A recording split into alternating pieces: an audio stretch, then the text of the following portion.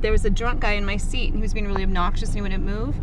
So this guy is sitting across, and he just goes, I'll take that seat, you can have mine.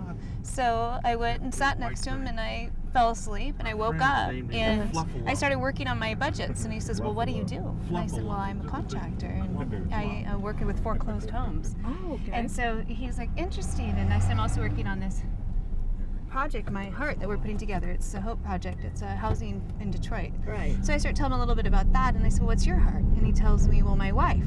So I thought, oh, that's so sweet, you know. And I go, why?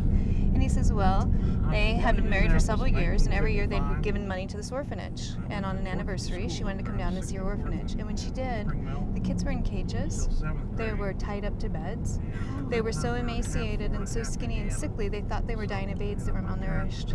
And these are neurologically damaged, special needs children that can't self-care. So they went back home and put their money together and built a 10,000 square foot now, and if we finish the roof, 20,000 square foot on 5 acres. And so this was well before the earthquake. So I just getting off the plane and said, look, I can't promise you anything, Yes. but I'm going to help. Okay. So yeah. and then the earthquake happened. And then, of course, I contacted immediately to make sure the children were okay. And we just decided to come down and do it. So we're just going to do it. But while we were here, I was like, I'm going to Google a couple of other places, too, because, you know, if we can reach 500 kids instead of 50, that's Yes. even better, Yeah. right?